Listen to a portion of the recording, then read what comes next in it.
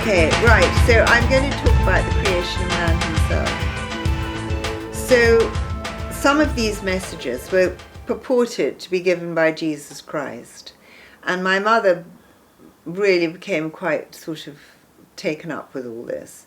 However, I was amazed to see that Prince Philip's mother, Princess Alice of Battenberg, also was approached in a similar way. She was an amazing woman. She spoke 5 languages. She was married to Prince Andrew of Greece. She was deaf from birth.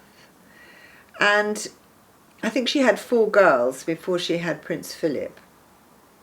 And she was suddenly approached. And her family put her in a mental home. And then the great Freud irradiated her womb and her ovaries, saying that he thought she was suffering from sexual frustration. Terrible man. Anyway, she continued to do marvellous work, and she set up a marvellous soup kitchen in Athens, feeding the poor. She protected Jewish people who were, trying to escape from the Nazis. She did so many things. And she started up this religious nursing thing. So my mother wasn't the only person who thought she was having a religion. So this is one of the early dictations, and there's so much in them. I thought I would just read it to people, but I feel that I can't. I feel that I must read it. So I'm afraid you'll have to look at me in my glasses and the top of my head. So this is the creation of man himself. How, children ask, are we born? Where do we come from? Gooseberry bushes and other wild ideas told to fretful children should now all completely disappear, just like the promise of paradise after death, or gone to Jesus, which unfortunately bears no possible sort of link with reality whatsoever. The Christian Bible is regarded as perhaps one of the most important messages ever given to the world, as is the Quran and other Hindu and Buddhist scriptures, which purport to speak of man rising up after death to marvellous places of pleasure and paradise, completely impossible in physical life. In another chapter, we will deal at length with the Christian religion and Jesus himself, well known to those of us who dictate this book. In the beginning, a man, for a man he was and is, dressed in elegant, seemingly blue 17th century costume, appeared to the writer. And this has a very important meaning. It means that this is not in any way a religious message, but simply knowledge, a knowledge which must clear away forever the foolish superstitions of the 17th century. Everything which is now in the world is based upon the knowledge and beliefs of the 17th century, which have survived until the present day, and are illogical and completely false.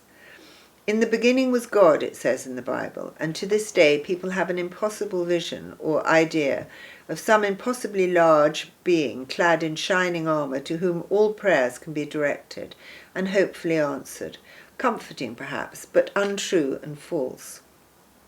No one, absolutely no one, can possibly come to understand what or how this fantastic universe and the people within it were conceived of in the first place, or whether there are other universes even more fantastic in size and concept, to which we shall all go when we have reached the ultimate of our development. And this perhaps must be the nearest thing to ultimate paradise, if there is such a thing that can possibly amount. No, I've said that wrongly. And this perhaps can be the nearest thing to ultimate paradise, if there is such a thing that can possibly be imagined. No one being can possibly run or rule or create this vast universe, or even this one small planet, no one. In the beginning, then, what is there? A lonely God busily churning out his little people because he was lonely and needed someone to watch over. This is the basic idea held by many people, and particularly of most religious people. In the beginning, it's a fantastic mass of fire, of power, which is in the ultimate produces rocks and a whole revolving automated scheme of things, so marvellous and so complicated that it defies description. And everything, absolutely everything, works more or less on the same principle, even human beings themselves, who take many millions of years to create. Firstly, then, one has a planet ready for habitation. The fire and earthquakes have died down. The sun warms it, and gentle breezes blow over its waters. It is now ready and already beginning to teem with this mysterious thing, life. All life begins with water, and nothing is created on this structure without this precious fluid, which is made up of those other two basic parts of the creation of oxygen and hydrogen. All school children know H2O, oxygen in one part and hydrogen in two parts, the basis of creation.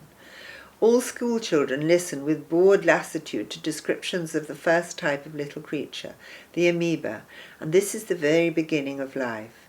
This little creature, which in itself is amazing, it can divide and subdivide and grow as it rolls around in fluids that surround it, and gobbles up algae, which is the beginning of plant life, green slime. Until water and green algae of all sorts and types can develop, then no life can survive on any planet. And you notice in swimming pools, if they're not very well looked after, green slime forms along, and in all water you get spirondraras, sort of green hair-like weed, and that cleans the water. Nothing is done. If nothing is done, it takes millions upon millions of years for a planet to slowly evolve. Simple fish-type creatures, which as time goes on become fish, slimy worms, eels, lizards and frogs. It is lizards and frogs that slowly climb out of the slime and in millions upon millions of years slowly evolve into other creatures. There are also various types of insect that develop in all manner of miraculous ways, but in every case they must begin with water, like the dragonfly that spends the first part of its life in water before climbing up a plant stem and shedding its outer shell. It becomes the beautiful creature with wings that flies about in sunlight. In the beginning it was said to the writer by our 17th century representatives that everything is like a network in which work must go on without cessation, and this is true. Part of that work is to traverse the universe and find other planets that are becoming ready for habitation when true hard work must begin. Firstly, it must be remembered that this universe and everything within it exists on two structures at once, the physical creative living structure and the non-living non-creative structure.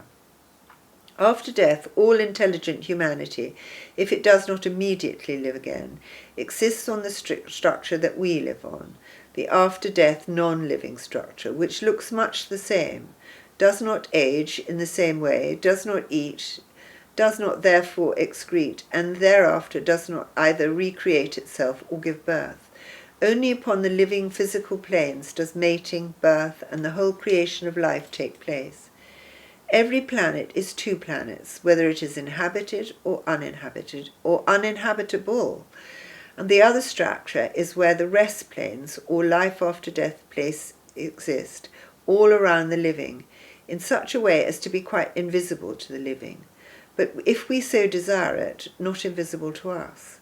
We, the non-living, do not watch the living unless it is our wish or our task to do so, when we may, if we so desire, slip into the living world whenever we wish, and do those tasks that must be done to keep the living going and promote life in emerging planets. What the intelligent may ask happens when in the very beginning, when there are simply no living persons anywhere to visit an emergent planet. What then? It simply takes millions and millions of years longer. In the very beginning there simply are only basic insects, and a few very small animals. Trees grow and plants grow, as without basic insects the trees and flowers and the plants cannot grow either. When this stage has been reached, hopefully someone on our structure hears of this emergent planet and thereafter goes to its rescue. There are in this universe all too few planets that are habitable, and possibly millions that have not yet been found. A planet such as yours is very precious indeed. Given greater knowledge and help, it could be a marvellous place for everyone to live in. This is our hope for your planet. All creatures slowly grow from one life to the next, but only certain ones ever become humanity. These are the stinging insects of all types and kinds, who must stalk their prey and find ways to lay in wait, killing them instantly, and in this way develop a basic intellect. Perhaps this is the saddest thing about creation, as far as man is concerned. It is based entirely upon violence, without which mankind, as an intelligent, thinking, calculated being, would not exist at all. This is the truth about humanity. All little basic creatures, fish, insects, birds, all exist like man upon two structures at once. That is to say that in all creation of life, two bodies, one inside the other, are formed, which is not the entity or the soul. This is something indestructible, whereas the two bodies based upon electricity, like everything else that is living, is destructible. However, not all creatures will progress on to become human. Look at the birds in the sky swooping around in groups. Hardly ever do birds progress to humanity. They are the living embodiments of other unseen creatures that carry messages, in the way of a carrier pigeon. Each one has a special task, and is automated in a particular way to give warnings of imminent disaster in the living world, both privately to members of family clans and on a grander scale. There are, throughout the universe, all manner of creatures similar to birds, some on a microscopic scale, that continually report back to their base in a magical way. Every single person, animal, and even insect that is intelligent and is created in the physical sense is equipped with these microscopic creatures within it. These little creatures become part of the control system in the bodies of more advanced creatures and become messengers that help in the healing of illness, the maintaining of the host's body's metabolism, or warnings of danger from the outside world. And they will be released to report back to the appropriate system when the host body either dies or gives birth, initiating the complicated process that must take place. Through all creation you have a tremendous variety of different sorts of creatures, and all creatures must devour each other and live through the killing, catching, and eating of their prey. Anyone who tries to think it out for themselves must see that there could be no other way. In a world which decays constantly and then grows new life all the time, nature does not brook anything that is old or worn out. It simply destroys it and creates a new beautiful one. Violence, death, and destruction, the very act of survival, is the way that the intellect is formed in the killing, stinging insect, and is the very basis of mankind himself. Hence the violence in mankind himself that rises up continually to threaten the peace and stability of the world. All simple creatures live and eat each other in such a way that the creature, when it dies, hardly knows what has happened to it, and is born again in yet another egg cell of some sort to take its place in the scheme and order of things. All creatures must not only die when their span is over, but their bodies must be so created that they are disposed of cleanly and forever, leaving no mess. This is the only way that the physical world can remain as unpolluted as possible, at least in the beginning, before mankind rises up to pollute it in all manner of different ways. Eventually you get to the small four-footed creature, which in many millions of years has mutated. One of the things they're not saying here is that each creature, when it gets to the end of a certain stage, its entity is then combined with two of another, so male and female of another entity similar, to go forward to being a higher creature. So eventually you get to a small four-footed creature which in many millions of years has mutated from some simple insect or frog. The frog is most often the beginning of a long chain of creatures having 4 legs and 2 eyes and a mouth, placed vaguely in the same sequence as humanity. Only the best survive to go forward to a better life. Only the most intelligent of millions ever become yet another slightly more intelligent creature, until you get the ape or monkey in all its different forms, and it is the ape or monkey who is the very beginning of man himself. The knowledge we are giving is simple and basic. There is simply no point in trying to explain to ordinary people the complicated mechanics of creation, some of which are so mysterious as to be unknown and unfathomable in any case. If a planet is not found, then it cannot mutate but beyond a certain point. The most important and boring work that must be done is the searching for emergent planets for future colonization. It can take several hundreds of years travelling about the heavens by living people on our structure to find a living planet ready for the important work that must go on century after century to bring any planet to life. In fact, a friend of my father's, who was a naval pilot, died suddenly at 50. To everybody's shock and amazement. He had some kind of hereditary heart condition.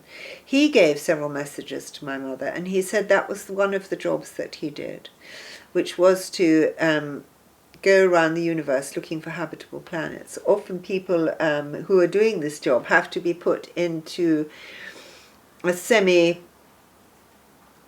type state so that they can continue. They just sleep until the planet they have sort of like spaceships on the other side as well that take them to these planets.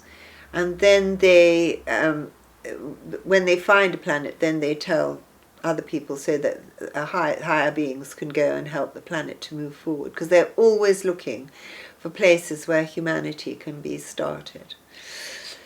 And he told my mother about one place which looked as though it had been habitable, and there was no one around. So the people of that planet had just disappeared. Where they'd gone, nobody knew. Either they'd been wiped out by another planet, or they had died of some war. No one can know.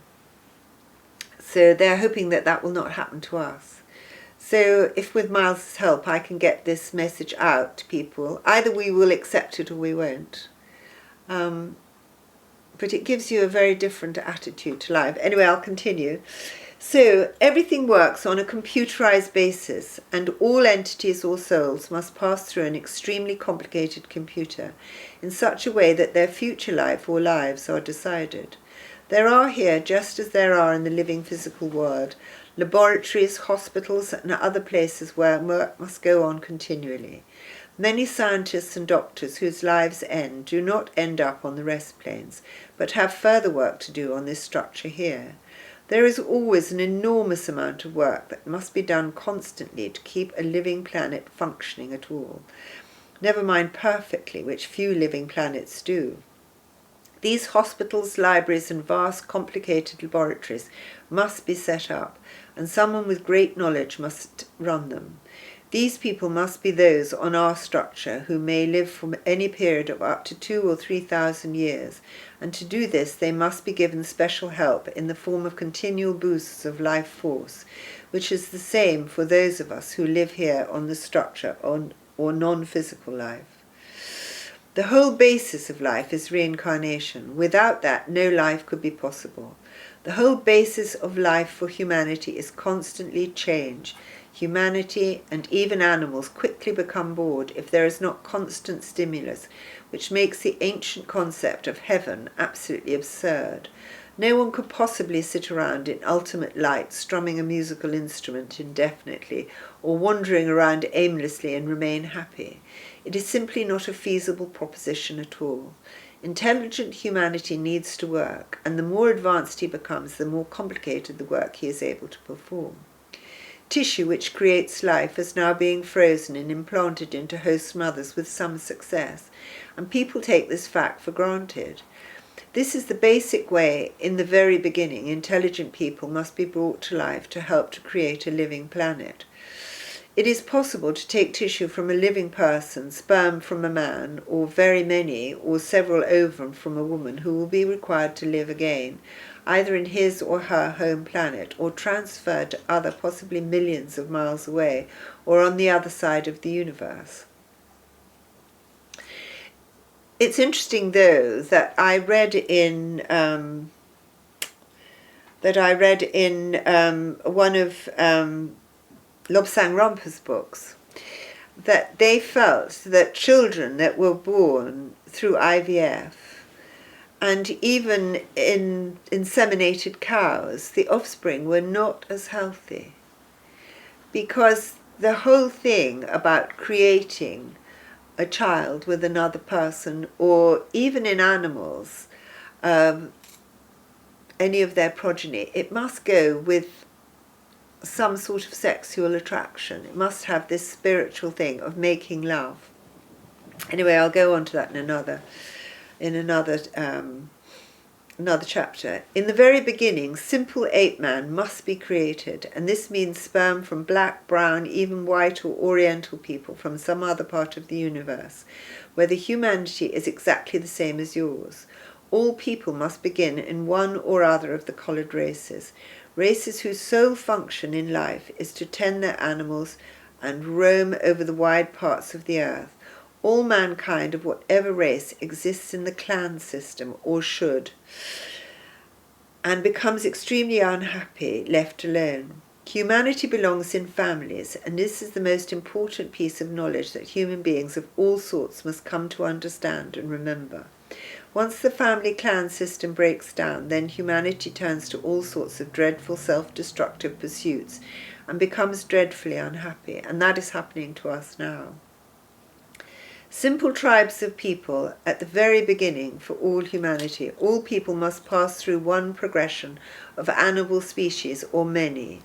There are lynx type of people or cat people. These are mainly to be found in the Chinese or Oriental races. How easy it is to see that their features do often resemble a cat-type face. There are also monkeys of one sort or another who also have this slanted eye type of feature, very agile and belong to the feline group of people. It's interesting that very often, a lot of Indian people and Afghan people, they are much more supple than we in the West are. And I noticed the last time I saw Cirque du Soleil, an awful lot of the tremendous feats were being performed by Chinese people. This is my comment. I believe that the Chinese and other Oriental races have a particular reverence for the cat. When we lived in Singapore, all the cats had a crooked tail. Apparently there was a superstition which was held that the cat was a very special type of creature. So to make it less perfect, so that it would not take a higher place in heaven than man, all kittens had their tails broken at birth. Perhaps somewhere in their ancient history their ancestors had been told that they had passed through the cat species to become human being, and over the time this superstition arose and became a misunderstanding of the real truth. It's interesting that one of the things that, one of the progressions that can happen is the little mouse, that really doesn't appear to have much character at all, will, when it gets to the end of its mouse lifetimes and has a very short gestation period, it will have a male and a female combined together to become a rat, which is a much cleverer type of creature. And they will go on to be a domestic cat very often. Look at the back leg. And so all cats, which then prey on mice and rats, have actually come up through that way. So that's one of the progressions. Anyway, to continue with the dictation, there are those who have passed through the dog species, who then pass on to be the lion, and eventually evolve into the dog type of monkey. And you can see that the baboon barks. An example would be the baboon. There are horse people, and always, even when they have reached the ultimate of intelligence, they will always feel a great affinity with the horse, and the horse with them. And very often, very rarely do horse people turn to homosexuality. There are within the human races of this planet, and all others, all different types of people, and these relate to the animals from which they have sprung, many millions of years before. So, the way it should be is that we all start off as amoeba, and then each race of people has its collection of animals which they pass through. They are a combination of all the animals that live on their planet. So, you think the Indians are very exotic in the way they are, and you look at the birds and the animals that the Indians have, and they will come from that. Unfortunately, with India, it has been not only subjected to a lot of wars and problems and one thing and another, which can be found in the Vedas and different Indian stories. But also the other thing is that so many people have gone there for trade. So you've had the Greeks, you've had the Romans, you've had the Arabs, you've had the British, you've had the French, you've had the Americans.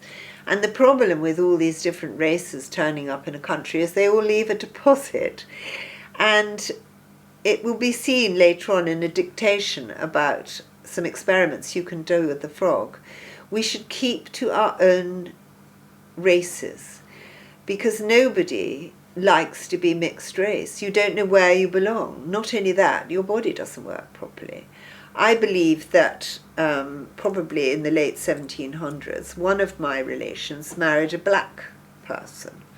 I'm sure they were lovely, but we're not a matching set. So consequently, I have suffered with a condition called fibroids, which are the biggest killers of black women.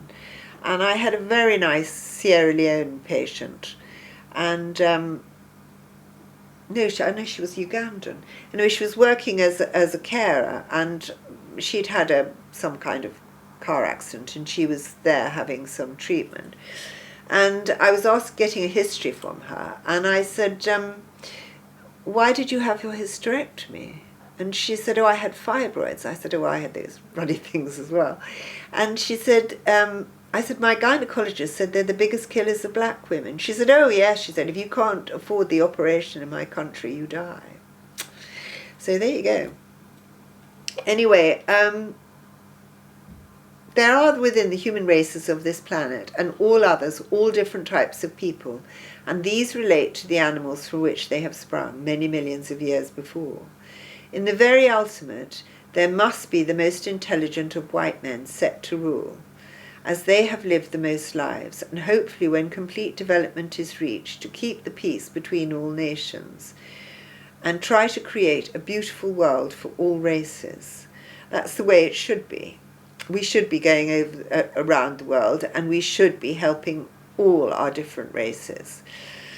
However, it doesn't seem to be the case at the moment, does it?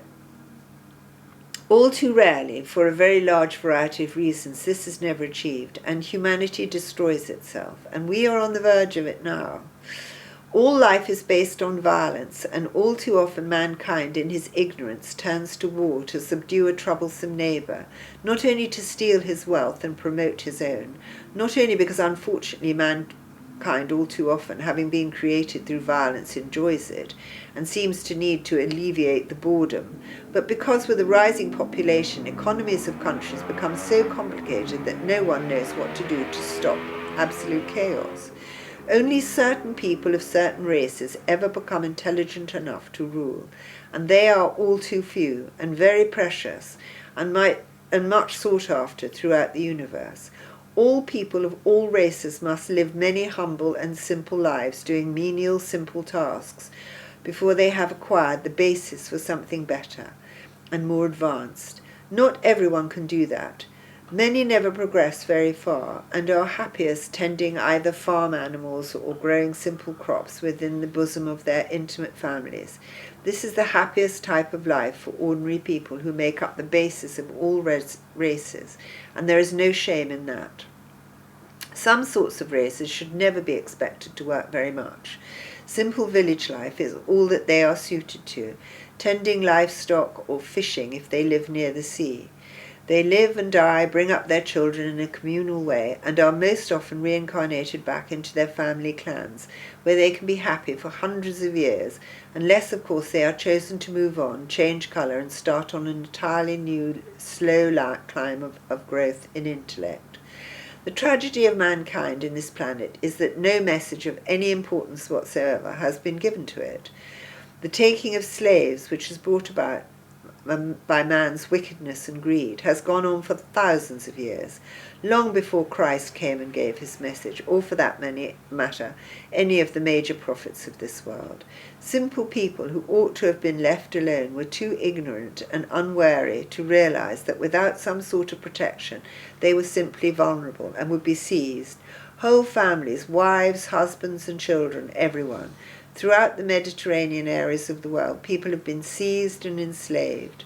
Also black men in the coastal regions of Africa, and all beaten unmercifully and taken away to strange land to work until they dropped for a cruel master who did not care that they had lost the only thing that humanity exists for, his family. This has been one of the many ways that races have become mixed up, in some places so hopelessly that the original people who must have lived there long ago have disappeared altogether.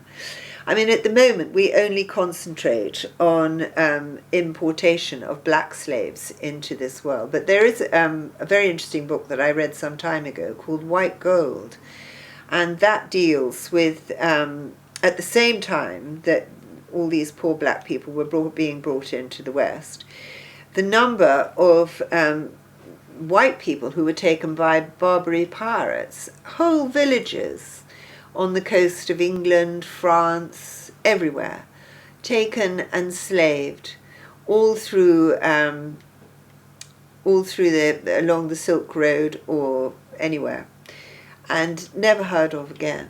Absolutely terrible for people. Race in all its various types and colours does not exist simply as some haphazard scheme of nature. Every race is precious. Each individual has things he or she must learn in each lifetime and is equipped to be happiest in the environment they should live in. And this is all part of the basic plan of humanity. Everyone must pass through some sort of coloured race before he becomes, in the end, a white man. If in ignorance all the races become hopelessly mixed, terrible sickness in the population will start to arise. People who become very overweight and often ugly, with bodies beset with illness of different sorts, not only physical but also mental, and we're starting to have a lot of mental health problems now, to the extent that in the end they must be destroyed and the planet is returned to its fallow state in the hope that in time a new race can be created upon it, or else that they must be kept in store until such time as another home in another part of the galaxy can be found for them. But sadly, often in planets far less civilized than this one, humanity does not realize how vital it is to strive for the health of its planet and its own happiness within it. That's the end of that one.